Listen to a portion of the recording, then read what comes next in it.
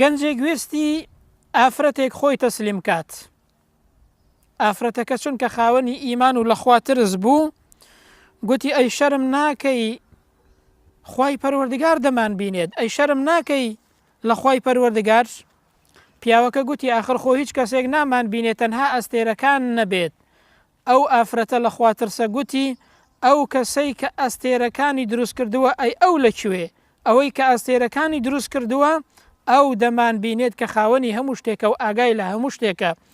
بۆیە شاعیر دەڵێ ئیذا ما خەلەوتە بیریبەتین فی ظولمەتین، کاتێک کە گومانێکت هاتە ناو دڵ و دەروونەوە لە تاریکایی شەودا، والنفس داعیة إلى الطغیان، نفسی ئینسانیش داوای ئەوەی دەکا کە ئینسان سەرپێچی بکاو لە ڕێگە دەرچێت. لەو کاتێدا فەستەحیی من نەظەر الإله، هەست بە بینین و چاودێری پەرستراوت بکە، هەست بە بینینی خوای پەروەردگار بکە.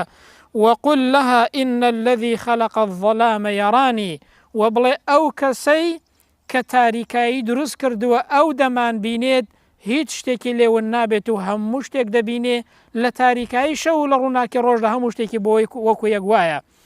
بۆیە بەڕێزان لە دەرسوپەندەکانی ئەم بابەتەیە کە سەبارەت بە چاودێری خوای پەروەردگار باسمان کرد، هەستکردن بە چاودێری و ڕقابەتی خوای پەروەردگار ئەوەیە ئینسان هەر کاتێک ئیمانی لە دڵدا بەهێز بوو، لە ڕاستیدا هەموو کاتێک هەست بە چاودێری خوای پەروەردگار دەکات. لە تاریکایی شەودا و لە ڕووناکی ڕۆژدا هەموو کاتێک خوای پەروەردگاری لە دڵدایە و هەموو کاتێک هەست بە چاودێری خوای پەروەردگاری دەکات.